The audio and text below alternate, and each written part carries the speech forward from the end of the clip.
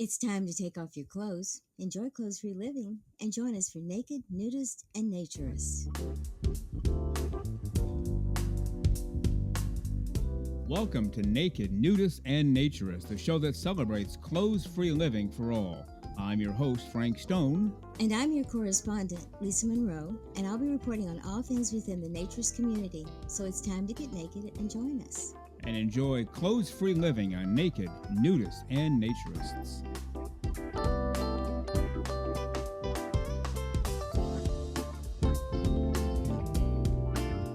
Well, greetings and welcome into Naked, Nudists, and Naturists, episode 89 today. We've been waiting all week for you, the full 167 hours, but you made it back. We are glad to see you. You are here. We are here. Time to enjoy this next hour together. Clothes-free living for all of the right reasons. We are good to go. We have plenty of towel, suntan lotion. The pool is ready to go. The hot tub is fired up. The grill is going full bore. We'll have lunch in a little bit, and if you stick around, we'll have dinner later on today. Fruits and vegetables off to the right, cold drinks off to the left, hot drinks inside, including, because one of our listeners donated an espresso machine, espresso for you. You can have it iced, you can have it hot, your choice. Cigar bar in the back left corner of the pool, and we are just ready to do it right. Clothes-free living, social naturism, for all the right reasons today. Well, on today's show, we, of course, will have Lisa Monroe. She'll be popping in any moment now. We'll do our segment together. And by the way, March is Women in Nude Recreation Month with the American Association for Nude Recreation. We'll talk a little bit about that as well as some other things. And also our guest today, part one of my interview with the gentleman from Michigan. If you've heard past shows, we have read some of his emails on the air. Very intelligent guy. Gets the whole naturism thing, fairly young, so he's fairly new to naturism, really enjoying it, finding his way. We've had multiple interactions here back and forth through email, and we finally have a chance to get him on the show with his busy schedule. We managed to coordinate everything, and so we'll have part one of my interview with the gentleman from Michigan today and part two on next week's show. And if you are doing the math, fairly simple to do, episode 89 today. This makes the 89th straight Saturday that we have come to you with a brand new show, a brand new 1 hour show, not 15 minutes or 23 minutes, 60 minutes, brand new show every single Saturday for 89 straight Saturdays. And we are told by those who know more than we do that nobody has ever done this before in the podcasting world of naturism. So we feel pretty good about that we can do this for you and interact with you and just have a good time. And as we like to say around here, we're not normalizing naturism. We already believe that it is normal. Our role is to make sure that everybody else knows that it is normal, and we proceed from there. So 89 today, which means 100 isn't all that far away, and we do have a special celebration, including some audio clips from you as a listener. If you'd like to send in a 1-minute audio clip, tell us about the show, tell us about you. We will do our best to get it on our 100th show, which is coming up in only 11 weeks. How about that?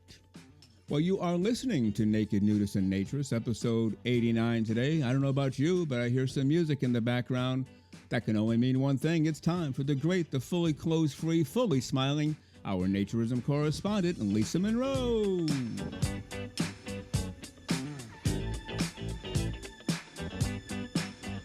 And here she is, the completely over-the-top, fully smiling, completely clothes-free, our Naturism correspondent, Lisa Monroe. Good morning, Lisa. How are you today? I'm doing terrific, Frank. How about yourself this gorgeous day? Not bad. Did anybody say that to you this week? I'm going to check for the next few weeks. You know, you went to the deli, you went to the post office, you went to the hair salon. Did they say appointment for Lisa Monroe? Just checking. Anybody? No, I mean I had an Amazon delivery, and even he didn't do it. So I'm really crushed. I'm very upset. It's a good thing we get together once a week on the show, and that way you can hear it at least once a week, right? At least I have that. Yeah. That's what I live for. That's right. Well, as you said, you could always go back to previous shows, and what you could do is just clip the Lisa Monroe part and then copy and paste a billion times. You could listen to it all day long. You're assuming that I have that kind of ego, but and I don't. No, but it's nice to hear your name. It's kind of like hearing your name in lights, if there is such a thing, right? That's very true. It's just nice to hear your name from people that you like being around, so it works. Yeah. I can't remember the last time this has happened to me, although it's happened before, where people say, "Hey, good to see you," and I can tell right away they don't remember my name. Does that happen to you any time in life or recently? At this point in time, I don't remember names, period. I never have since I was a little girl. So, I mean, I'd have to put my Mm. the classmates' names down so that, for a long time until I got to know them. So I forget names, and especially ones that if I haven't seen someone in a while. Mm-hmm. So, yes, that's happened to me more times than I care to mention. And I just hope if someone's with me, they'll actually say the name, and that saves you. Otherwise, sometimes you have to fess up. Yeah.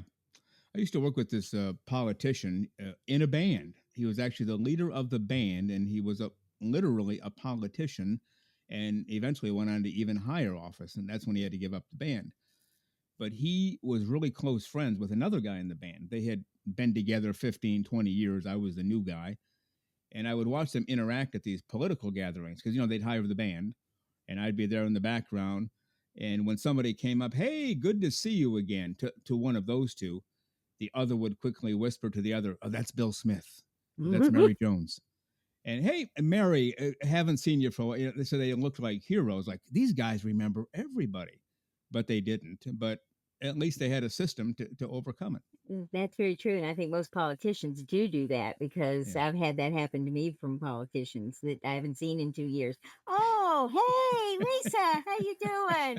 And I'm like, "Yeah, Yeah. I didn't vote for you." But anyway, yeah, Uh, I think that happens a lot. It happens yeah. a lot. Well, they probably had an earpiece and somebody watching from across the room. It's Lisa Monroe. Lisa Monroe. "Hey, Yep. Lisa, I've been thinking about you so much recently," and they have no clue who you Yeah, are. no, not at all, but they just roll with the punches because they know the small talk, so it works. Therefore, the weekly Lisa Monroe is there to fill in the gap. At See how least I nice have they it are? from here. That's true. Well, as everybody knows, we do have a Patreon page, and you know why? We're giving up paid work at a really decent rate to do this show for free, and it just became to the point where either it wasn't working out or we were just tired of hearing our attorney and CPA yell at us and use words that we wouldn't use in polite company. And so we started a Patreon page. Those who help us out, we appreciate you very, very much. And Lisa, we try to list off two paying Patreon peeps, the triple P's. Who are our two gentlemen today? Our 2 gentlemen today are Randall and John. And they've probably been around a while. We just have 2 at a time. We'd have it's taken us a while to get through the list, but Randall and John are doing some wonderful service and helping us with this show. Yeah. And a lot of our people, it seems like every week we're listing off men. Well, a lot of these men have girlfriends and wives, and they just say, "just use my name." So I don't want you to think it's a 100% a men audience because that's certainly not true. We get cards and letters and, well, emails from women as well. But it seems like the man always is the one to send the email, which makes sense, I guess, right? It just makes people feel safer if the man does things like that. I believe in the naturism world that that is Yeah. probably true, and Yeah. because the name isn't kind of it's well in our case it's not out there unless we give it, but Right. it's a difficult thing for a lot of women to identify with being a Yeah. naturist. Yeah. So I'm a naked woman. I'm going to go ahead and write to this Frank Stone guy Hmm. and give him all my information, even though I've never met him. So Hmm. hopefully he's a trustworthy guy, which I am. But you don't know that until you get to know me. So the man says, "I'll take care of this, honey. Just Yep. step aside." And Yes. so we list a lot of men off. That's fine. Yeah, We just did really appreciative of our Patreon peeps, aren't we? we certainly are, and if there are any nature's dogs or cats out there that want to join, they're welcome to do so. That's right. We never said it's limited to human beings. No, not at all. Yeah, you can be a Patreon peep no matter what you are. An ant, a squirrel. What are we talking about? I don't know. We've gone off the All right. deep end. Um, But we do thank our Patreon peeps. How's our merchandise going? Anything to report on that front? Merchandise is going very well. Yeah. We have a new product, can cozies, and that seems to be kind of a hit. Yeah. And so it's really good to see people want to take our name out into the world, and we appreciate that very Mm. much, and to kind of show that they're listeners, and so it's great.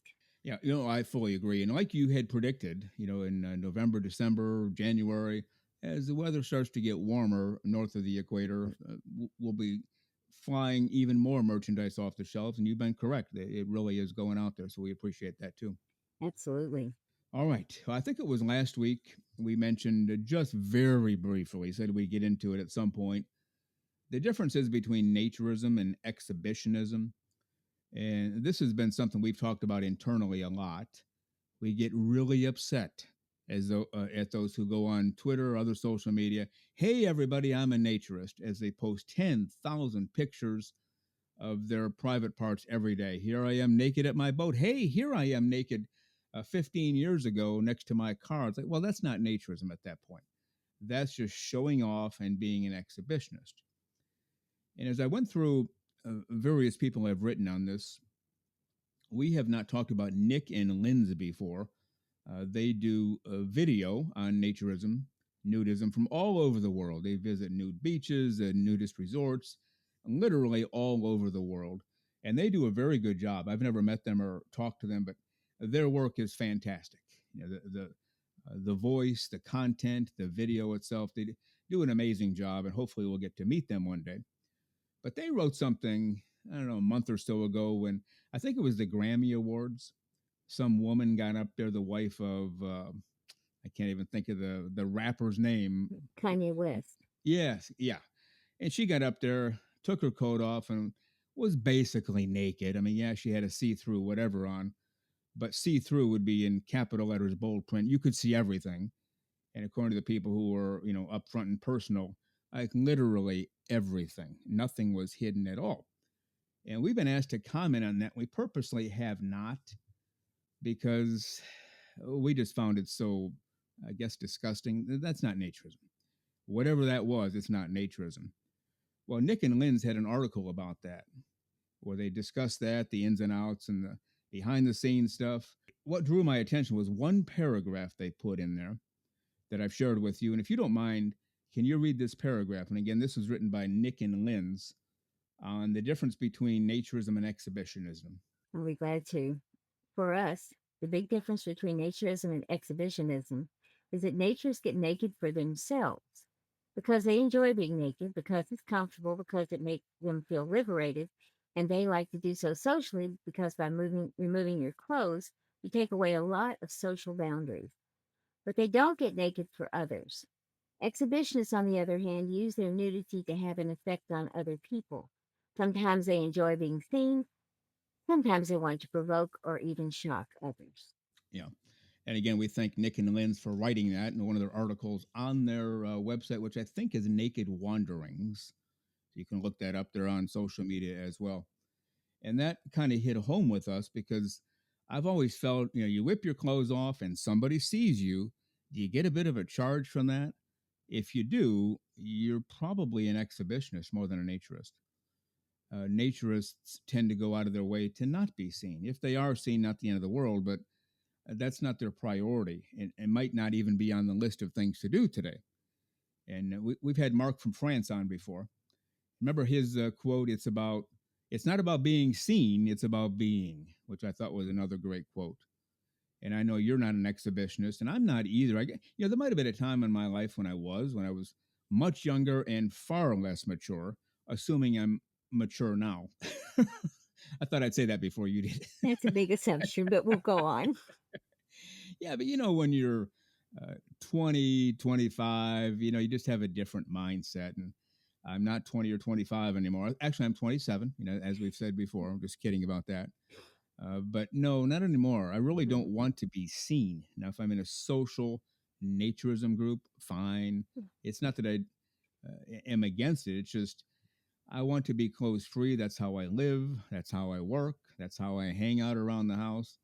But if somebody comes to the door, clothes come on before I answer the door. And I know you're very much of the same thought, aren't you? I am, and I think a lot of us in our early days, the college years and so forth, Mm. may have, that you have that awakening of who you are and what impact you can have.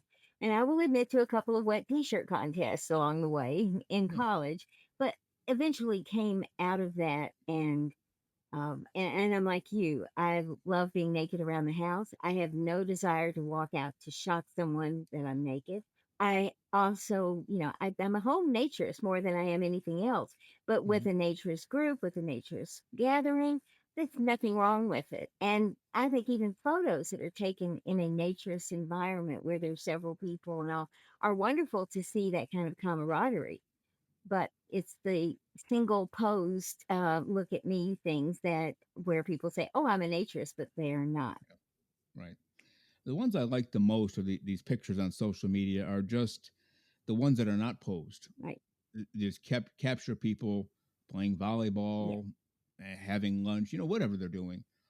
Not okay. You stand 3 inches to the left. No, you move over to the right. It's like, Hmm. those are okay too, to a degree.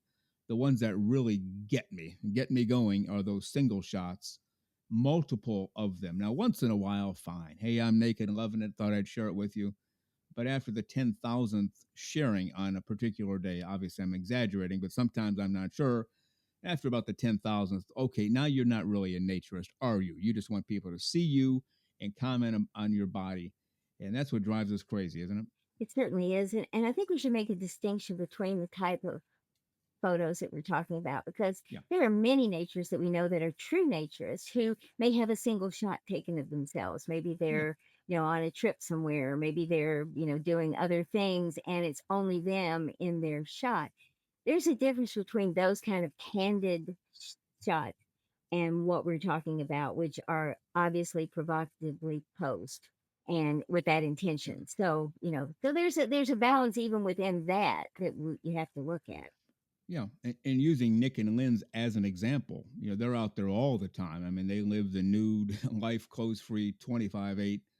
They post pictures, but they're never inappropriate. They're never just flashing. They always have smiles on their faces. Hey, we're nude and loving it. Totally appropriate. Very much so, Uh, and I've watched their videos, and I find them okay. fascinating, and I find them Yeah. a very good entrance into people learning how to be naturists in the world. And Yeah. so I Yeah. think it's Yeah. just they serve a tremendous purpose for us, and they're having fun too. So it's pretty good. Yeah, and even the president of the American Association for Nude Recreation, Linda Weber, will post nude shots every once in a while. Always tastefully done, always appropriately done. Sometimes they are posed. She Yeah, has a group like, here are 7 people I yeah, was hanging out with on the cruise that took a shot. That's fine. Those pictures are fine yeah. because it shows them in an environment where they're enjoying a social naturism. It's the single shots that other people do where like you just maybe it's just a gut feeling. Like, wait a minute, Yeah. that's not the same as Nick and Lynn's or Linda Weber. That's a Yeah. little bit different. You can feel it, and when you know what to look for, you can see it too, right? Absolutely. I mean, there is a distinct difference in the intent, I believe, of these photos. So I'm with Nick and Lynn's. Yeah.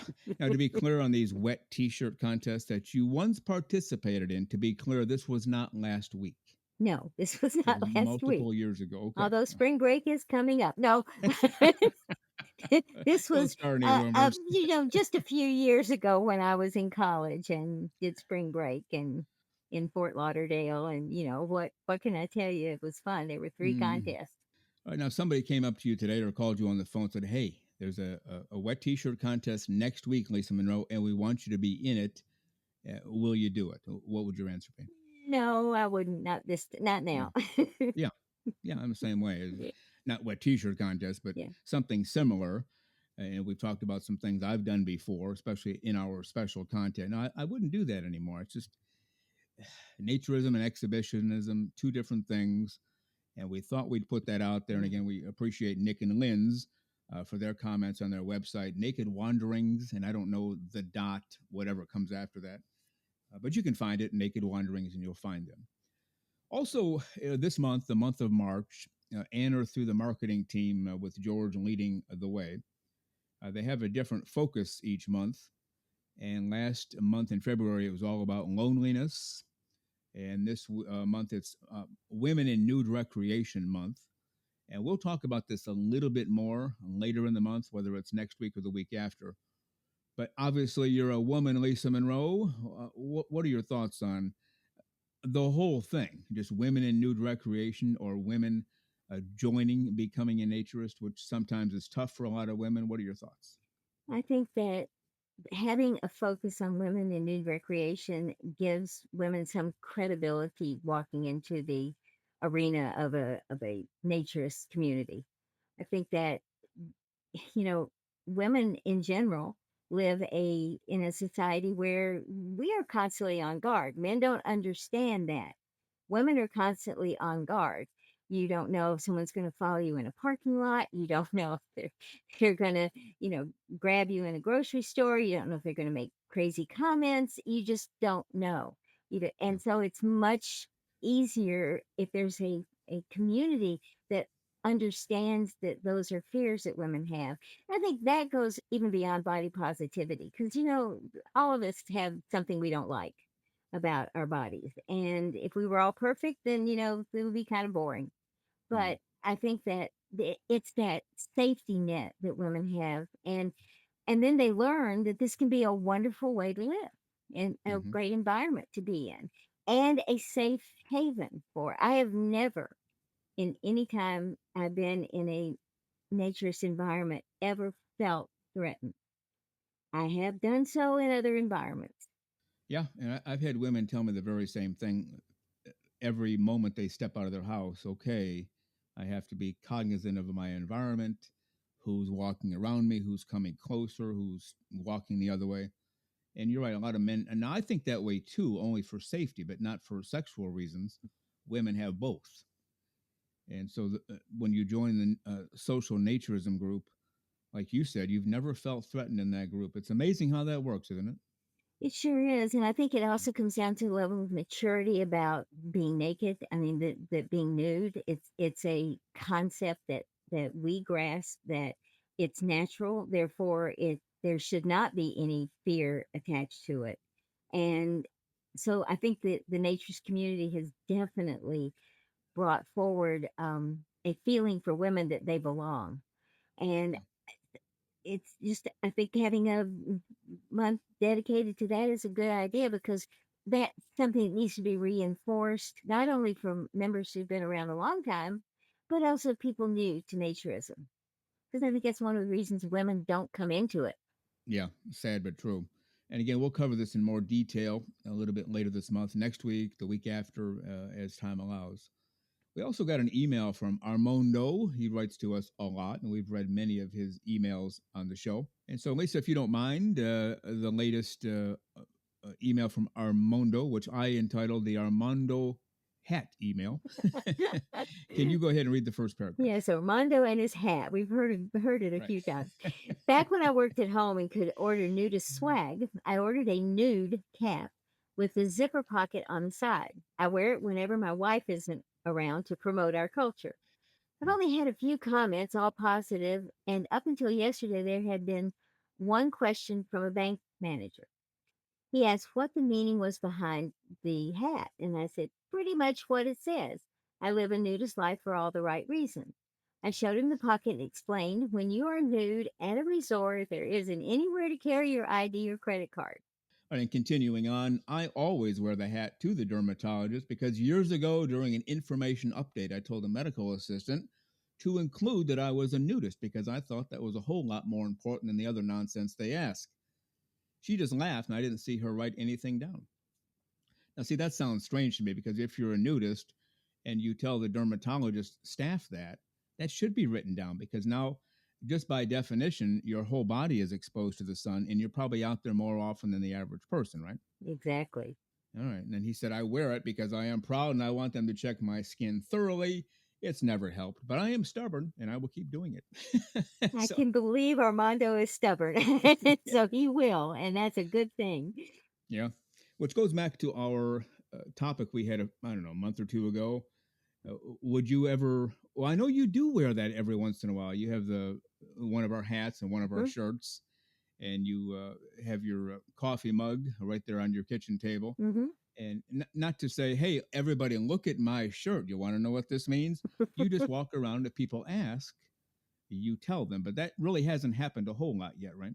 No, it hasn't. And I don't even remember seeing anyone do a double take or anything on the Yeah. shirt. So that's a good, maybe here in Florida things are a little bit more relaxed than there would Yeah. be in Minnesota or Oregon or someplace. But uh, I think if we're naturists, then we should be proud of it. And if Yeah. we're in public wearing a t-shirt, then we're not being naked, so they can't say anything to us. So why not, say, Mhm. hey, yeah, if you want to talk about this, we can talk about this. Yeah. And so, Uh, so go for it. Yeah. Now, typically, I don't wear a baseball hat. It's just, even though I played baseball forever and Mm. wore a hat every day, I think when hats became cool in society, that's when I stopped wearing them. It's like, well, now everyone's wearing them.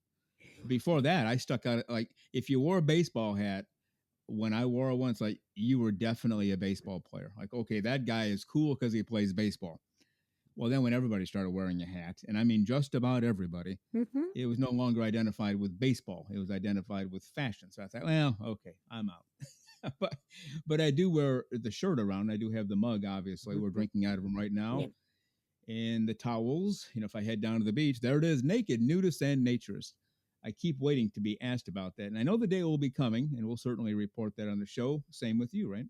absolutely. And I love my beach towel. Yeah. But everyone needs to remember that if you want to, support naturism, but you don't want to be blatant about it, then we do have shirts with our little NNN on them, and the Hmm. beach towels come with just the NNN. Every item that we have is safe for you to walk out in public if you don't want to carry the full name out. So that kind of helps a little bit too, and that kind of eases you into that. You know what it is, so you're proud Yeah. of it. So Yeah. go for it.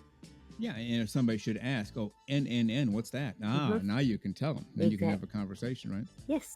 Or they can say, NNN, I listen to that show every week too. Then you have an immediate friend at the grocery store. That would be fun. That's right. All right, Lisa Monroe. With that, we must head for the hills. Go out there and have a great close free week, and we'll see you next time. Absolutely. Thank you too. And go grab your towel and head to the beach. Sounds good.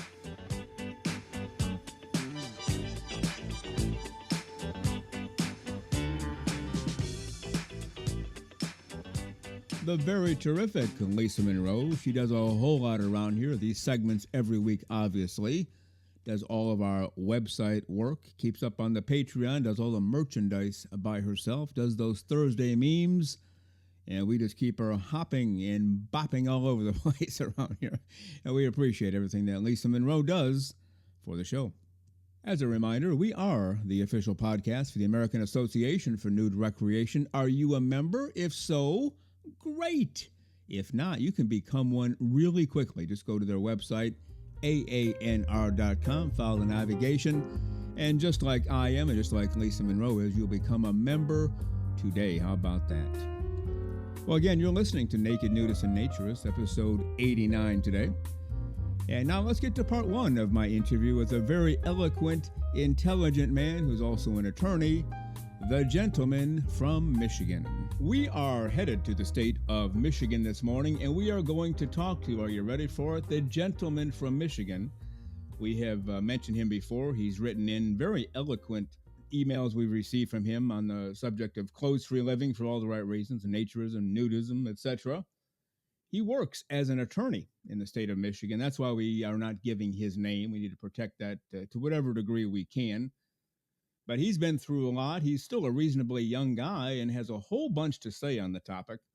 So let's bring him to the show this morning from Michigan, the gentleman from Michigan. Good morning, gentlemen. How are you today? Good morning, Frank. How are you?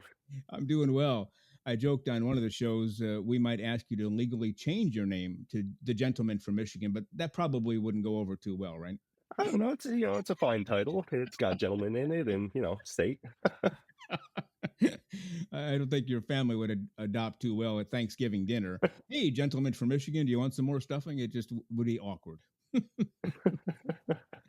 Well, you have an amazing story, as I've told the listeners before, and I've told you before we started recording, as well as in the emails. And when your first one came, I thought, who is this guy and where has he been? Because you put everything out there in ways that not enough people do. And that's why we respected it so much. Now, I pretty much know your whole story from reading what you've sent and talking to you a little bit before we started recording. But why don't you go ahead and just start at the beginning? Because it's a fairly lengthy story. We have a lot of side issues to get into as well. But essentially, you grew up in such a family that, hey, you better have clothes on 25 hours a day or you're going to be in trouble. And you had a scenario, I think, at your grandparents' house, they had a pool, and it was well known, gentlemen, go in there alone, take your clothes off, put your suit on, and don't come back out until your suit is on. And when you took a bath, you got out, dried off, immediately the pajamas went on. Almost not intentionally, of course, but it was almost like a feeling of you better keep your clothes on and go out of your way to keep clothes on. And then at some point in eighth grade, your parents went away for the night and something came over you, as you said in the email. You don't even know what, but your clothes came off and you were home alone saying, well, now this is the way to live. So why don't you just go ahead and tell us what you want to tell us from the beginning? And I'll have some questions and some points of interest along the way. So take it over. It's the gentleman from Michigan who's also an attorney. Yeah, I grew up in a family that I would consider them to be a never nude family. I never saw my father without a shirt on. Oh, Yeah, and it was literally clothes on all the time, never even growing up as a child, you've mentioned before that, children are almost like natural nudists. And, you yeah. know, I was never, even as a young child, ever without a lot of covering, Yeah. essentially. I mean, pants, shirts, socks, shoes, the whole shebang. Yeah. Um, yeah, and so I was at my grandparents' house with my cousin, and they had a pool, and so we went and went into the pool and everything, but you had to change in separate rooms. You had to make sure that, you had a t-shirt on in addition to your swim trunks. And she's a female cousin. It's, it wasn't like two men or anything. And yeah, and we swam around, had, fun in the pool and everything like that. And then you got out, you put the towel on over your clothing, you dried off your clothing first, and then you went to your separate rooms and you know changed into your clothes for the rest of the day. Then I think the next instance that I had where there was some sort of clothes free um, instance or situation, if you will, was I went to another pool, but this was with my friend and his dad, Yeah. and it wasn't a public pool per se, but it wasn't like a private pool. It was some sort of like club-ish thing, but they had a swimming pool and that kind of deal. All right. And we went into the locker room, the changing room. It was open. There were lockers lining the perimeter. And so I took my shirt off, took my pants and underwear and everything off to change into my swimsuit, and I just turn over to look at them, and they're already in their swimsuits. Yeah.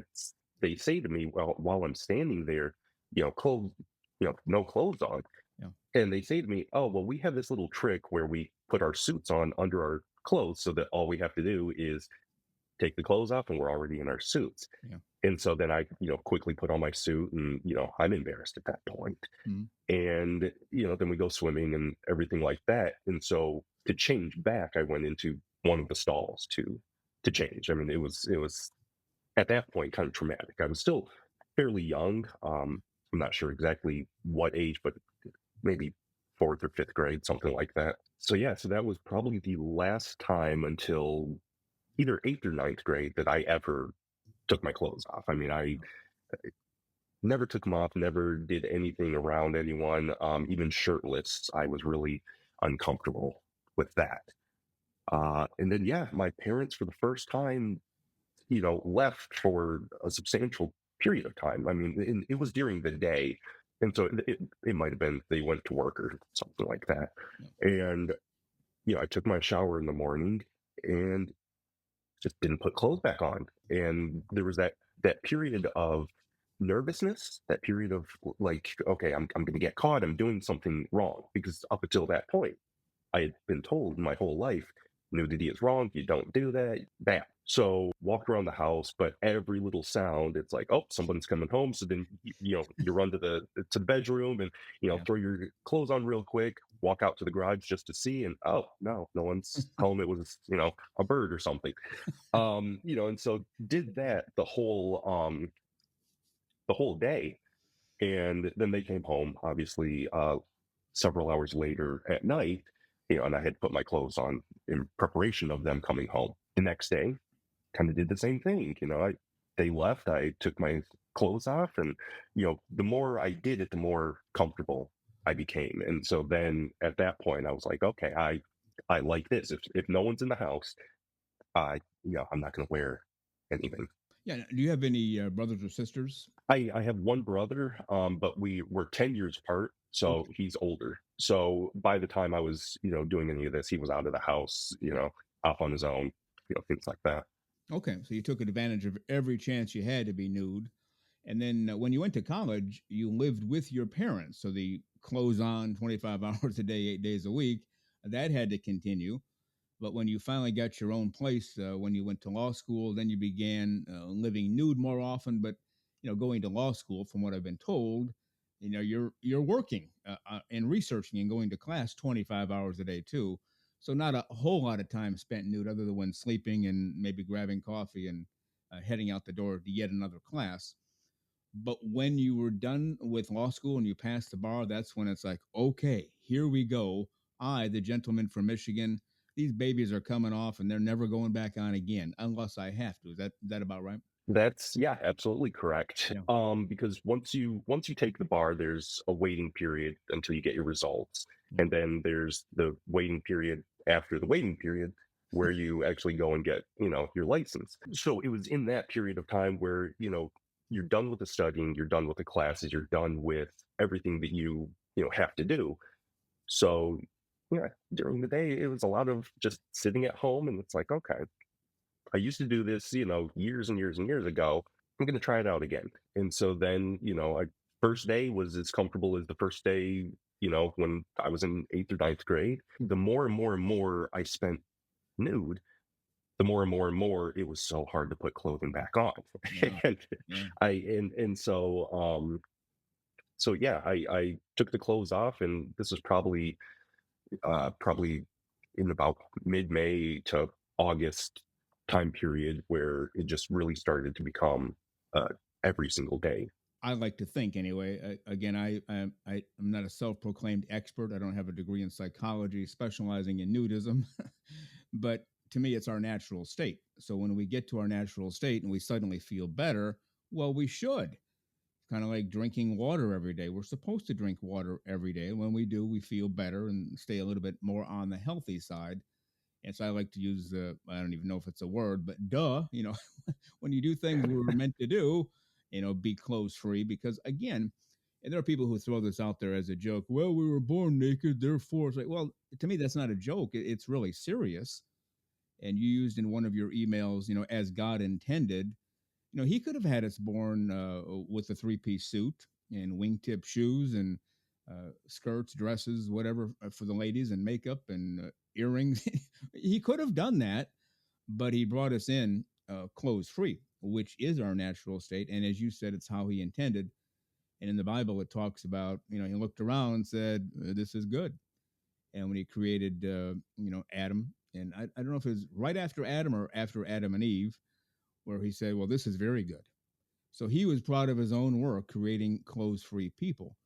And so when we get to that state, all of a sudden it's like, whoa, this feels great. Well, yeah, it's supposed to feel great. Now, any issues where you lived with neighbors or anything like that, or they didn't know, or how'd that work out?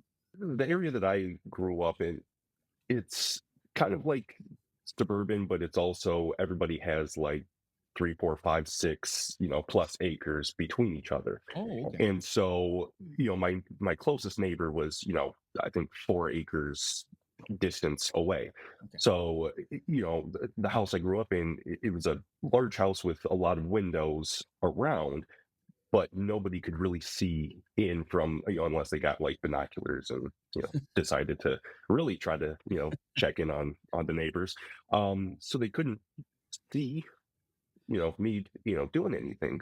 And so I was comfortable from that aspect. But then our family is also one where people will randomly drop by, grandparents will randomly just show up, or, Oh, things like that. And so that's where all of the little sounds that I'm hearing, around the house, it's like, ooh, I better go put my clothes on because, yeah. somebody's coming in. But I was able to, and I would do a thing where I would like text my, parents, just, hey, how's your day going? Oh, just working on this. Oh, okay, great. So that I knew that they were at work and not, oh yeah, we're rounding the corner. And so there was a lot of trees and bushes and shrubs and stuff. So I could actually, on at least the south portion of the property, I could go outside and walk around, some of the foliage, some of the trees and things, without neighbors or anyone seeing. So that was, that was a good, little bit. And then, my parents' schedules changed, and they were home a lot earlier than they used to. And so it was like, okay, from I get up real early and then I can, do my thing, and then, 2 3, I have to rush and put clothes back on. Yeah. Let me go back to one thing before we move on with that. You are substantially younger than I am. Like there might be 300 to 400 years difference between our ages. So, Well, you're 27, so I mean, well, that's technically I'm right. older. That's right. I forgot about that. But assuming that I'm older than that, and when I was a kid and going through school, the locker room experience for gym class and athletics, I played a lot of sports. I was always on a team, and we're always in the locker room. Nudity not only was the order of the day, but if you weren't naked and walking around, people thought you were weird. Like, I'll just throw the word out there, gay. Like, oh, he must be gay. He must like guys because I don't even know where that came from. But you know how guys are. They can be kind of mean to each other, like everybody else at that age. And so it was well understood. You get to the locker room, your clothes come off, and you better not put other clothes on yet. Now, that's when you get there at the beginning, you're getting there for practice or for a game. That's different. Then you want to get into your uniform as soon as you can and get psyched up, ready to beat the other team. But afterward, when we went in, now it's time to get out of the uniform and go shower. We get the clothes off and sit there for a while, stand around and talk, eventually go shower, a lot of guys at once. It's a communal shower. There were no private showers back then. And we'd talk and joke and laugh in the shower. And then we'd come back and the clothes would stay off for a while. And eventually we'd get dressed and go our separate ways. That was the expectation. And there were a couple of guys who either didn't know or didn't care or wanted to do their own thing. And they went about their, they go in, they quickly shower, they quickly throw on clothes. And boy, did they get verbally beaten up, verbally abused. Like, oh, there must be something wrong with you. It's like, even as a kid, I thought, well, come on, just leave the guy alone. But they didn't. They were rather unmerciful. The fact that you're 300 to 400 years younger than I am, I'm guessing you did not have that experience. And you talked about the one friend and his dad. They already had their suits on. Locker room experience in school. How was that like for you? Private showers, clothes on, towel dance, all that good stuff. So I went to charter schools, Okay. my whole life, and so we didn't have organized sports, ever. So there was no shower room, there were no, teams or anything. And so if you wanted to do sports, and I've done sports, periodically throughout my life, not on like organized teams per se from, school or anything, but local community center kind of stuff. No, everyone, kept their clothes on. The older people, once in a while you might see them, openly, nude in the locker room or, the changing room or whatever. But for the most part, it never was. I was on a like swimming program at one point, and obviously, water and swimming and everything like that. And every changing room was kind of like separated, by like car type separations. But everyone kind of did what my friend and his dad did. You came with your suit on underneath your clothes, and then when it came time to get out of the pool and change and everything, nobody is taking showers. You take a shower when you get home. And so you go into one of those little stalls and you take your wetsuit off, put it into your bag to take home, and then you put your clothes on.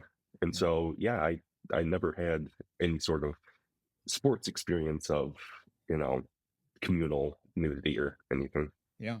And this included the coaches too, so we were whatever, 14, 12, 18, whatever age we were, and close off all the time. Coaches would come in, close off. Hey, I want to talk to you guys about the play, in the first quarter or whatever.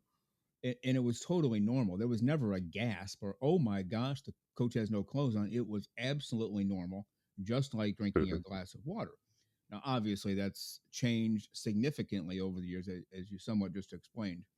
When you wrote your email, one of the things you put in there is that you struggled with a porn addiction for a while.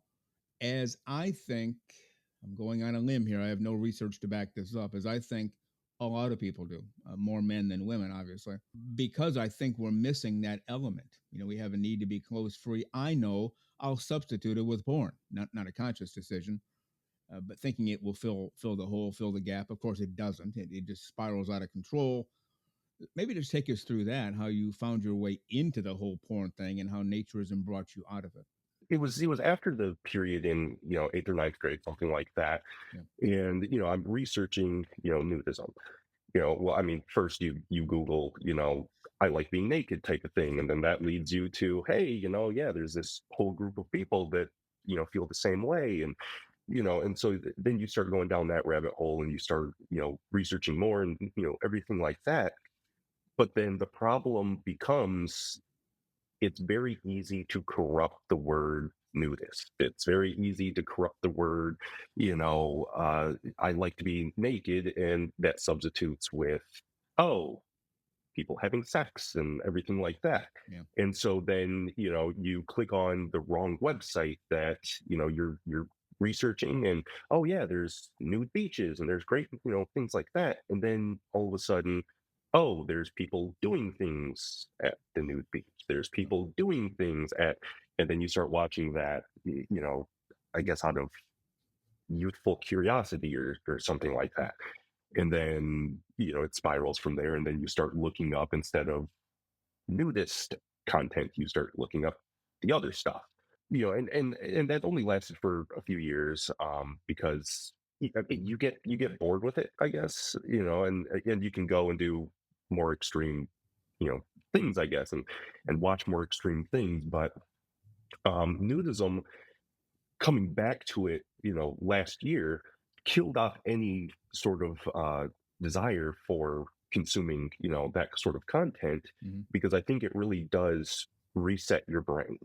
Yeah. You can now separate the nudity from the actions, and I mean, and realistically, not to make a joke out of it, but nudity is boring. Like, without anything else, I don't think anyone gets aroused by nudity itself. It's the actions that sometimes go along with it. Right. And so once you can separate your brain from seeing a naked person and instantly, oh, yep, I, you know, am aroused by that, you can go back to a more natural association between not just nudity, but also, sex itself. Well, you mentioned also in one of your emails, I think it was your very first one, you talked about in society. I'll just read the quote here from your email. I feel society now, I feel, is much more accepting of sexuality than it is of wholesome nudity. Now, that is to me one of the biggest shames in history, but it's also, I believe, 100% correct because we allow sexuality all the time. It's in movies, it's in TV shows. Sometimes I'll throw Netflix on just to have something in the background while I'm doing something else in the house, and I look at the screen, naked people everywhere having sex, which is bothersome to me. But imagine if you had little kids walking through the living room at the time and you didn't know it was on. It's everywhere, obviously, in print media, and people accept that. I mean, how many people say, "What? I can't believe they're having sex on TV. Give me the remote so I can turn this thing off." I'm sure some do, but I'll bet that most do not. However, if they show up at a beach and they happen to see a naked woman or man, it's like, let's get out of here right now. I don't want the kids to see this nonsense. Any idea how we got there other than society? And I have another idea for you, but I don't want to put ideas in your head. Any idea how we've gotten to this point? I think it's a lot of things. Obviously, on your show, you talk a lot about, Christianity and nudism and everything like that. Right. And so because Earth is, Satan's domain, obviously, we're made in the image of God. And, and I think, people have even said it multiple times on your show that Satan doesn't want to see God all the time. So how do you do that? You cover it up. But Satan also likes, deviant type acts. And so how do you get away with not seeing God, but also having deviant acts? Well, you put on clothing, but just enough to not see God, but also enough where, yeah, you're trying to entice other people. I mean, clothing by itself now is clothing is really designed to accentuate the body, but also, don't be naked. We can show your entire body, but you can't be 100% naked. And so I think that it's partially religious aspect, that we have the clothing that we wear now, and I think it's a societal thing that, yeah, sex sells ultimately. And I think that when you have enough people buying the outfits that again accentuate their bodies and everything like that, you want to make more of it, and then you want to make more of it, you want to be a little bit more daring, and you see that all the time. I mean, you're talking about in media and whatnot, but if you look at any sort of award show nowadays, the women, actors, singers, whatever they happen to be, they're naked, but then there's like a mesh covering. So I can see your full body, Yeah. but you have that little bit of mesh. Well, that little bit of mesh makes your body more sexual than just a body. Because, like I said, nudity in of itself is boring. So you have to spruce it up in order to get people to pay attention. Yeah, and that's kind of where I was going with that. I didn't want to put the words into your head, but you basically said the same thing I would have said. Satan hates God; he hates us. So how can I ruin his plan? I know he made him naked. He called it very good.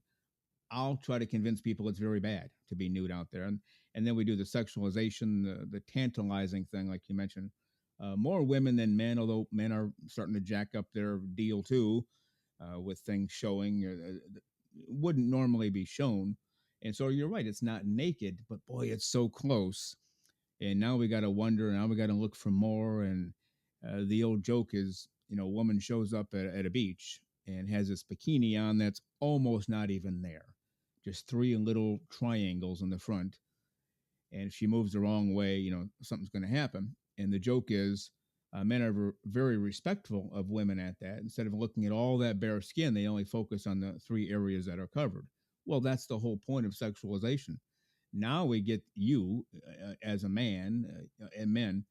Hey, look at that babe over there in that purple bikini or whatever that's barely on. Let's check her out for the next 6 hours while we sip iced tea. You don't see that at a nude beach. And people find that hard to believe. And maybe I'll have you expound on this a little bit. So you have a porn addiction, and somebody says, you know what you need to do? You need to go to the nude beach where everybody's totally naked. Well, that just sounds beyond ludicrous. Like, I have a porn addiction. Now I'm going to go see hundreds of naked women. Hello. Somehow that actually is the deal, and it really does work. And in your case, very powerfully, it got you away from porn, where you're more accepting of how life was to be intended. I don't know if you've experienced that before, but do you see what I mean? If you were to tell somebody, yeah, you got a porn addiction, let's go to a naked beach and see a bunch of naked women, and you'll be fine. On the surface, it makes no sense, yet it's 100%, at least in my view, correct. What do you think? Right. And I think it goes back to it's a reset of the mind. I mean, it's the same thing if you have a phone addiction or you watch way too much TV that I mean and scientists have studied this. If you go and spend I think it's like 7 days a week in the woods, leave your, devices in the car, for emergencies or whatever, or completely at home, it reworks your brain into its natural state. And so you go to sleep when the sun goes down, you wake up when the sun rises. There's no artificial things transmitting into your mind. And I think with nudity, that's the same way. It's rewiring your brain to go back to how you're supposed to be. because up until a certain age, the hope is that up until a certain age, you're not even aware of like sexual, anything. Mm. I mean, children, if they're obviously raised how they should, children don't go around and say, "Oh yeah, sex this and sex that," and so you're reworking your brain at whatever age. Once you get naked, once you involve yourself with wholesome nudity, you're snapping back to how your brain is supposed to operate, I Yeah. think. Yeah, I've seen it work every single time. There's never a time where I've not seen it. Well, I've seen it not work. It works every time. Again, on the surface, you tell somebody who's not a naturist, nudist, clothes-free person who has a porn addiction, "Hey, let's go to the beach where there are billions of naked women around there, and this will cure you of your porn addiction." It just sounds silly, like we're making a joke, but it really does work. Now, one of the things you pointed out in your first email, you're surprised by how many younger people are involving themselves with the nudist lifestyle. Now, I've noticed that too. There was a period of years there where people frowned upon it and didn't do it. But now it seems more and more the under 30 crowd is kind of warming up to this. What have you seen in that regard, and why do you think that is? I think ultimately it's partially a rebellion thing. I mean, there's not too much left that I think younger people can rebel against anymore. Yeah. I mean, like for instance, marijuana is becoming legal everywhere. It's no longer, oh, you're rebellious, you smoke marijuana. Drinking isn't really as taboo as it used to for the younger crowd. People are having sex younger, and younger.